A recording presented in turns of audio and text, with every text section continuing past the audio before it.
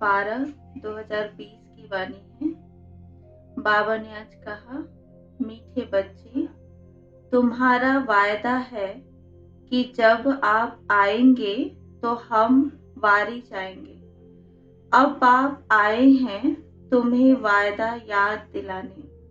प्रश्न है आज का, किस मुख्य विशेषता के कारण पूज्य सिर्फ देवताओं को ही कह सकते हैं? फिर से सुनेंगे, किस मुख्य विशेषता के कारण पूज्य सिर्फ देवताओं को ही कह सकते हैं? उत्तर है,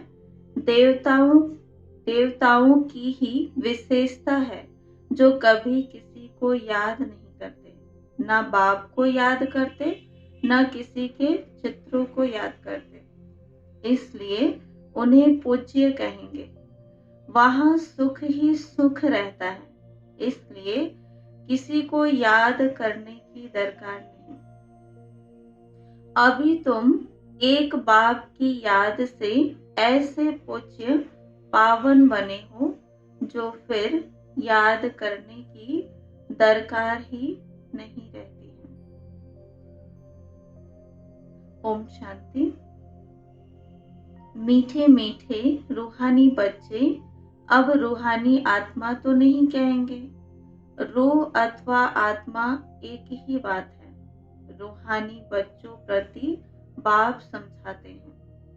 आगे कभी भी आत्माओं को परमपिता परमात्मा ने ज्ञान नहीं दिया है। बाप खुद कहते हैं, मैं एक ही बार कल्प के पुरुषोत्तम संगम युग पर आता हूँ, ऐसे और कोई कह न सके। सारे कल्प में सिवाय संगम युग के बाप खुद कभी आते ही नहीं। बाप संगम पर ही आते हैं जबकि भक्ति पूरी होती है, और बाप फिर बच्चों को बैठ ज्ञान देते हैं। अपने को आत्मा समझ और बाप को याद करो।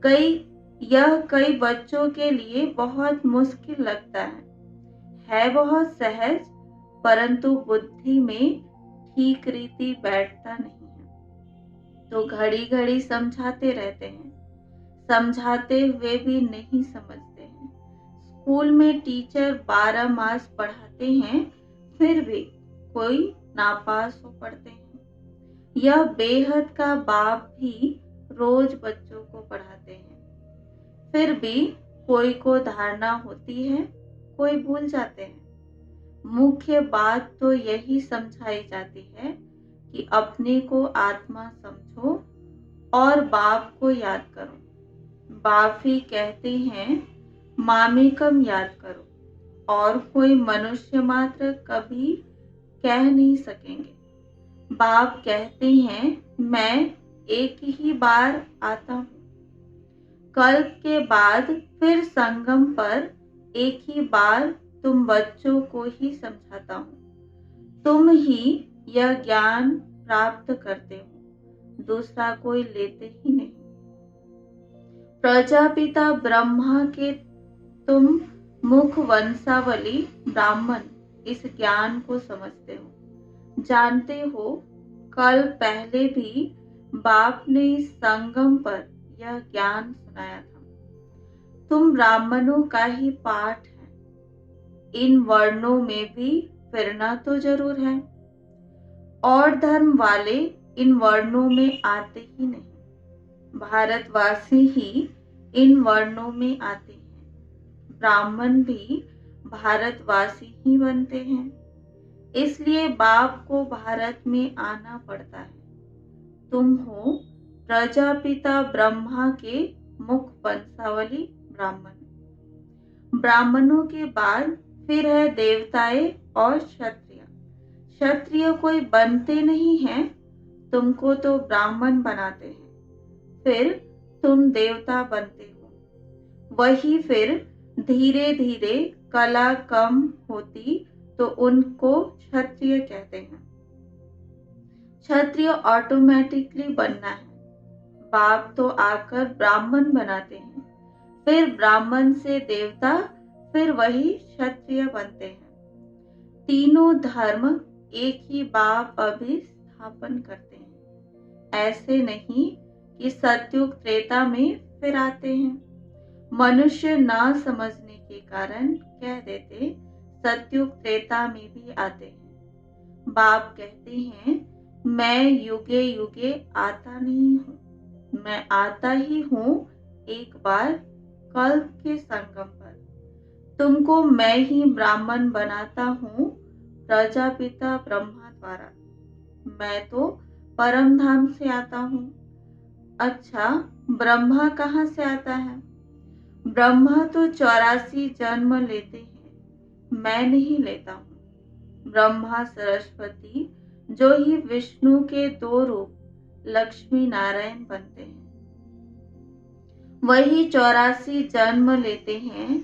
फिर उनके बहुत जन्मों के अंत में प्रवेश कर इनको ब्रह्मा बनाता हूँ। इनका नाम ब्रह्मा मैं रखता हूँ। यह कोई इनका नाम अपना नहीं है।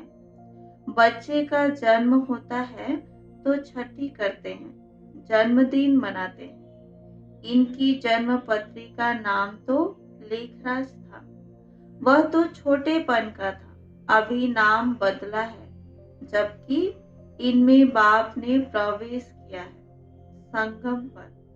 सो भी नाम बदलते तब हैं जबकि यह वानप्रस्थ अवस्था में है। वह सन्यासी तो घर बार छोड़ चले जाते हैं, तब नाम बदलता है। यह तो घर में ही रहते हैं। इनका नाम ब्रह्मा रखा क्योंकि ब्राह्मण चाहिए ना। तुमको अपना बनाकर पवित्र ब्राह्मण बनाते हैं। पवित्र बनाया जाता है, ऐसे नहीं कि तुम जन्म से ही पवित्र हो। तुमको पवित्र बनने की शिक्षा मिलती है। कैसे पवित्र बने, वह है मुख्य बात। तुम जानते हो कि भक्ति मार्ग में पूज्य एक भी हो नहीं सकता। मनुष्य गुरुओं आदि को माथा टेकते हैं क्योंकि घर बार छोड़ पवित्र बनते हैं। बाकी उनको पूज्य नहीं कहेंगे। पूज्य वह जो किसको भी याद न करे। सन्यासी लोग ब्रह्म तत्व को याद करते हैं ना, प्रार्थना करते हैं। सतयुग में कोई को भी याद नहीं करते। अब बाप कहते हैं तुमको याद करना है एक को, वह तो है भक्ति। तुम्हारी आत्मा भी गुप्त है। आत्मा को यथार्थ रीति कोई जानते नहीं। सतयुग त्रेता में भी शरीरधारी अपने नाम से पाठ बजाते हैं। नाम बेगर तो पाठधारी हो न सके। कहाँ भी हो, शरीर पर नाम जरूर पड़ता है। नाम बेगर पाठ कैसे बजाएंगे? तो बाप ने समझाया है। भक्ति मार्ग में गाते हैं, आप आएंगे तो हम आपको ही अपना बनाएंगे, दूसरा ना कोई। हम आपका ही बनेंगे, यह आत्मा कहती है। भक्ति मार्ग में जो भी देहधारी हैं, जिनके नाम रखे जाते हैं, उनको हम नहीं पूजेंगे। जब आप आएंगे तो आप पर ही कुर्बान जाएंगे। कब आएंगे यह भी नहीं जानते। अनेक देहधारियों की, नामधारियों की पूजा करते रहते हैं। जब आधा कल्प भक्ति पूरी होती है तब बाप आते हैं। कहते हैं तुम जन्म जन्मांतर कहते आए हो, हम तुम्हारे बेगर किसको भी याद नहीं करेंगे, अपनी देह को भी याद नहीं करेंगे। परंतु मुझे जानते ही नहीं है तो याद कैसे करेंगे? अब बाप बच्चों को बैठ समझाते हैं, मीठे मीठे बच्चों, अपने को आत्मा समझो और बाप को याद करो। बाप ही पतित पावन है। उनको याद करने से तुम पावन सतो प्रधान बन जाएंगे। सतयुग त्रेता में भक्ति होती नहीं। तुम कोई को भी याद नहीं करते, न बाप को न चित्रों को। वहां तो सुख ही सुख रहता है। बाप ने समझाया है, जितना तुम नजदीक आते जाएंगे कर्मातीत अवस्था होती जाएगी। सतयुग में नई दुनिया, नए मकान में खुशी भी बहुत रहती है। फिर 25% पुराना होता है तो जैसे स्वर्ग ही भूल जाता है। तो बाप कहते हैं, तुम गाते थे आपके ही बनेंगे, आपसे ही सुनेंगे। तो जरूर आप परमात्मा को ही कहते हो ना। आत्मा कहती है परमात्मा बाप के लिए। आत्मा सूक्ष्म बिंदी है, उनको देखने के लिए दिव्य दृष्टि चाहिए। आत्मा का ध्यान कर नहीं सकेंगे। हम आत्मा इतनी छोटी बिंदी है, ऐसा समझ याद करना मेहनत है। आत्मा के साक्षात्कार की कोशिश नहीं करते, परमात्मा के लिए कोशिश करते हैं, जिसके लिए सुना है कि वह 1000 सूर्य से तेजोमय है। किसको साक्षात्कार होता है तो कहते हैं बहुत तेजोमय था, क्योंकि वही सुना हुआ है। जिसकी नौंधा भक्ति करेंगे देखेंगे भी वही, नहीं तो विश्वास ही न बैठे। बाप कहते हैं, आत्मा को ही नहीं देखा है तो परमात्मा को कैसे देखेंगे। आत्मा को देख ही कैसे सकते। और सबके तो शरीर का चित्र है, नाम है। आत्मा है बिंदी, बहुत छोटी है, उनको कैसे देखें। कोशिश बहुत करते हैं, परंतु इन आंखों से देख न सके। आत्मा को ज्ञान की अव्यक्त आंखें मिलती हैं। अभी तुम जानते हो हम आत्मा कितनी छोटी हैं। मुझ आत्मा में 84 जन्मों का पाठ नोंधा हुआ है, जो मुझे रिपीट करना है। बाप की श्रीमत मिलती है श्रेष्ठ बनाने के लिए, तो उस पर चलना चाहिए। तुम्हें दैवी गुण धारण करने हैं। खान पान भी रॉयल होना चाहिए, चलन बड़ी रॉयल चाहिए। तुम देवता बनते हो, देवताएं खुद पूज्य हैं। यह कभी किसकी पूजा नहीं करते। यह तो डबल सिरताज है ना। यह कभी किसे पूजते नहीं तो पूज्य ठहरे ना। सतयुग में किसको पूजने की दरकार ही नहीं। बाकी हाँ, एक दो को रिगार्ड जरूर देंगे। ऐसे नमन करना, इनको रिगार्ड कहा जाता है। ऐसे नहीं, दिल में उनको याद करना है। रिगार्ड तो देना ही है। जैसे प्रेसिडेंट है, सब रिगार्ड देते रखते हैं, जानते हैं यह बड़े मर्तबे वाला है। नमन थोड़े ही करना है।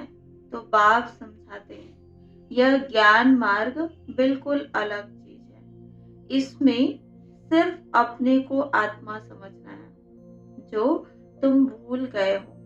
शरीर के नाम को याद कर लिया है। काम तो जरूर नाम से ही करना है। बेगर नाम किसको बुलाएंगे कैसे। भल तुम शरीरधारी बन पाठ बजाते हो, परंतु बुद्धि से शिव बाबा को याद करना है। कृष्ण के भक्त समझते हैं हमको कृष्ण को ही याद करना है। बस जिधर देखता हूँ कृष्ण ही कृष्ण है। हम भी कृष्ण, तुम भी कृष्ण। अरे तुम्हारा नाम अलग, उनका नाम अलग, सब कृष्ण ही कृष्ण कैसे हो सकते। सबका नाम कृष्ण थोड़े ही होता है। जो आता सो बोलते रहते हैं। अब बाप कहते हैं, भक्ति मार्ग के सब चित्रों आदि को भूल एक बाप को याद करो। चित्रों को तो तुम पतित पावन नहीं कहते। हनुमान आदि पतित पावन थोड़े ही हैं, उनके चित्र हैं। बाबा ने कहा, कोई भी पतित पावन नहीं है, कोई भी देवी आदि जिसको शरीर है उनको पतित पावन नहीं कहेंगे। 6-8 भुजाओं वाली देवियां आदि बनाते हैं सब अपनी बुद्धि से। यह है कौन? वह तो जानते नहीं। यह पतित पावन बाप की औलाद मददगार है। यह किसको भी पता नहीं है। तुम्हारा रूप तो यह साधारण ही है। यह शरीर तो विनाश हो जाएंगे, ऐसे नहीं कि तुम्हारे चित्र आदि रहेंगे। यह सब खत्म हो जाएंगे। वास्तव में देवियां तुम हो। नाम भी लिया जाता है, सीता देवी, फलानी देवी। राम देवता नहीं कहेंगे, फलानी देवी व श्रीमती कह देते, वह भी रॉन्ग हो जाता। अब पावन बनने के लिए पुरुषार्थ करना है। तुम कहते भी हो पतित से पावन बनाओ, ऐसे नहीं कहते कि लक्ष्मी नारायण बनाओ। पतित से पावन भी बाप बनाते हैं, नर से नारायण भी वह बनाते हैं। वो लोग पतित पावन निराकार को कहते हैं और सत्य नारायण की कथा सुनाने वाले फिर और दिखाए हैं। ऐसे तो कहते नहीं बाबा सत्य नारायण की कथा सुनाकर अमर बनाओ, नर से नारायण बनाओ। सिर्फ कहते हैं आकर पावन बनाओ। बाबा ही सत्य नारायण की कथा सुनाकर पावन बनाते हैं। फिर औरों को सत्य कथा सुनाते हो और कोई जान ना सके, तुम ही जानते हो। भल तुम्हारे घर में मित्र संबंधी भाई आदि हैं, परंतु वह भी नहीं समझते। अच्छा, मीठे मीठे सिकिलदे बच्चों प्रति माता पिता बाप दादा का याद प्यार और गुड मॉर्निंग। रूहानी बाप की रूहानी बच्चों को नमस्ते। हम रूहानी बच्चों की रूहानी बाप दादा को याद प्यार, गुड मॉर्निंग और नमस्ते नमस्ते नमस्ते। धारणा के लिए मुख्य सार है। पहला पॉइंट है, स्वयं को श्रेष्ठ बनाने के लिए बाप की जो श्रीमत मिलती है उस पर चलना है। दैवी गुण धारण करने हैं। खान पान चलन सब रॉयल रखना है। सेकंड पॉइंट है, एक दो को याद नहीं करना है, लेकिन रिगार्ड जरूर देना है। पावन बनने का पुरुषार्थ करना है और कराना है। आज का वरदान है, सर्व खजानों को समय पर यूज कर निरंतर खुशी का अनुभव करने वाले खुशनसीब आत्मा भव। सर्व खजानों को समय पर यूज कर निरंतर खुशी का अनुभव करने वाले खुशनसीब आत्मा भव। रिटेल है, बाप दादा द्वारा ब्राह्मण जन्म होते ही सारे दीन के लिए अनेक श्रेष्ठ खुशी के खजाने प्राप्त होते हैं। इसलिए आपके नाम से ही अब तक अनेक भक्त अल्पकाल की खुशी में आ जाते हैं। आपके जड़ चित्रों को देखकर खुशी में नाचने लगते हैं। ऐसे आप सब खुशनसीब हो। बहुत खजाने मिले हैं, लेकिन सिर्फ समय पर यूज करो। चाबी को सदा सामने रखो, अर्थात सदा स्मृति में रखो और स्मृति को स्वरूप में लाओ, तो निरंतर खुशी का अनुभव होता रहेगा। स्लोगन है, बाप की श्रेष्ठ आशाओं का दीपक जगाने वाले ही कुल दीपक है। बाप की श्रेष्ठ आशाओं का दीपक जगाने वाले ही कुल दीपक है। अच्छा, ओम